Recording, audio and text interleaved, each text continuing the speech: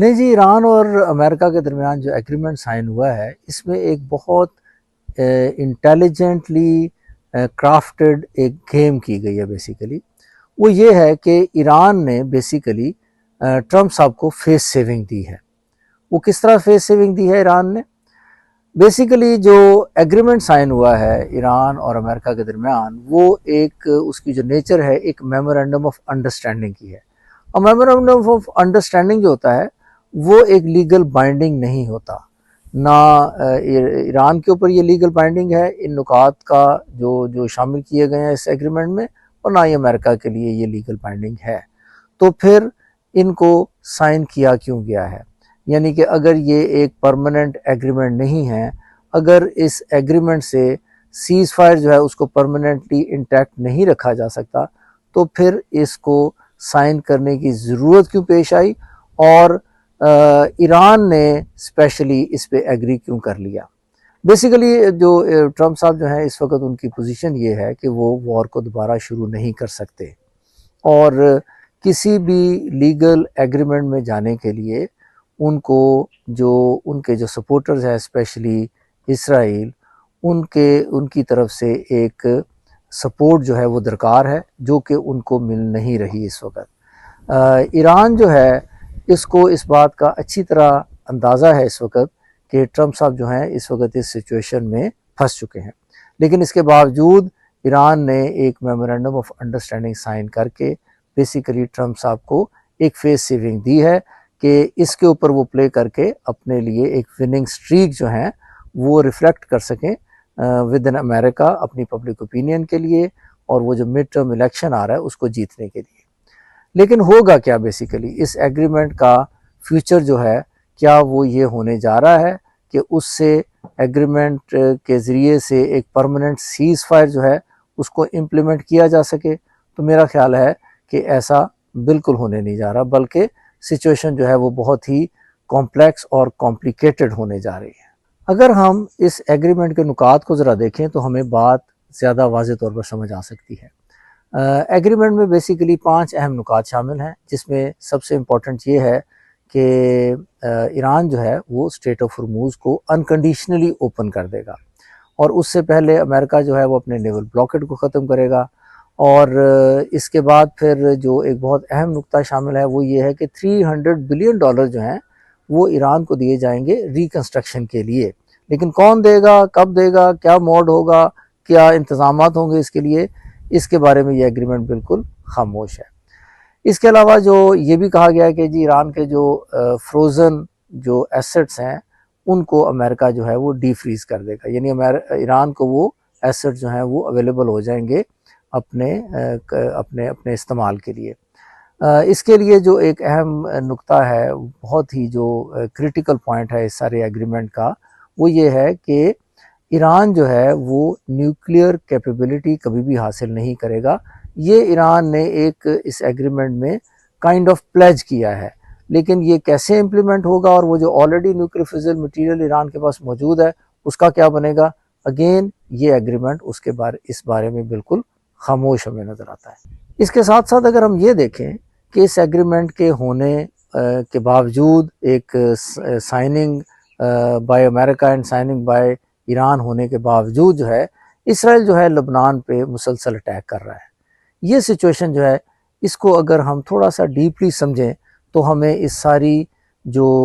اس وقت انٹرنیشنلی جو سمجھ لیں ارینجمنٹ کیا گیا ہے اس کی سمجھ آ سکتی ہے. بیسیکلی امریکہ میں جو جوئش لابی ہے وہ بہت سٹرونگ ہے، وہ اتنی سٹرونگ ہے کہ پریزیڈنٹ آف امریکہ جو ہے وہ اس کا مقابلہ نہیں کر سکتا. اب ایگریمنٹ کرنا اس وقت جو ٹرمپ صاحب کی وہ مجبوری بن چکا تھا. تو ٹرمپ صاحب نے کیا کیا ہے، اور اس کی سپیس جو ہے وہ بہت سارے جو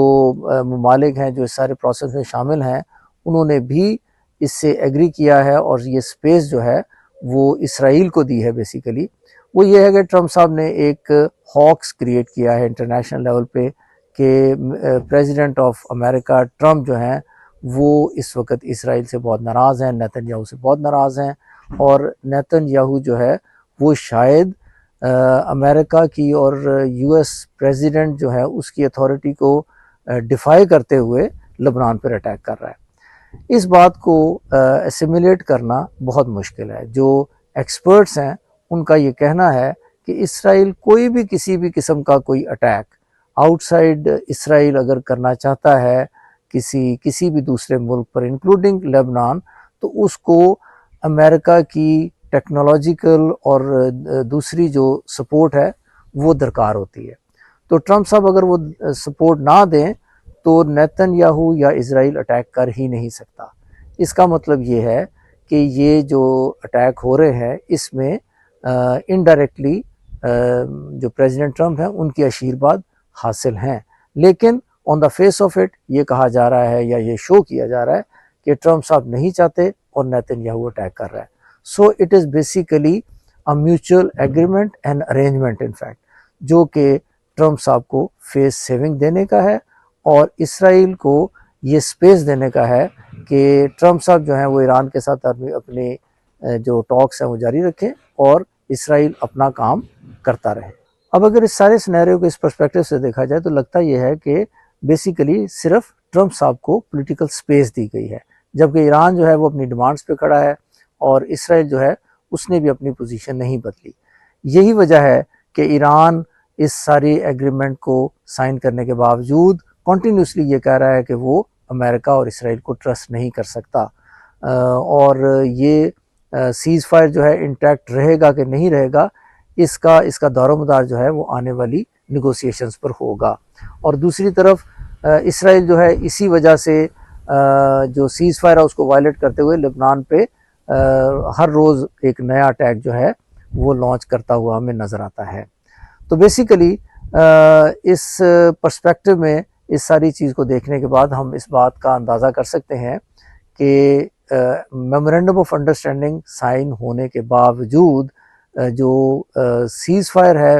بٹوین امریکہ اینڈ ایران اور especially between Israel and Lebanon, اس کی جو پرماننسی ہے that is seriously in question. یہ ساری چیزیں آئندہ آنے والے 60 دنوں میں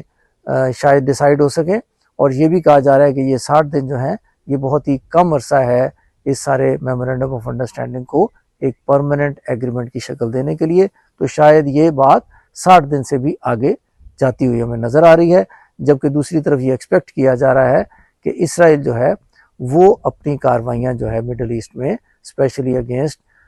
لیبنان وہ جاری رکھے گا۔ تو دیکھتے ہیں اس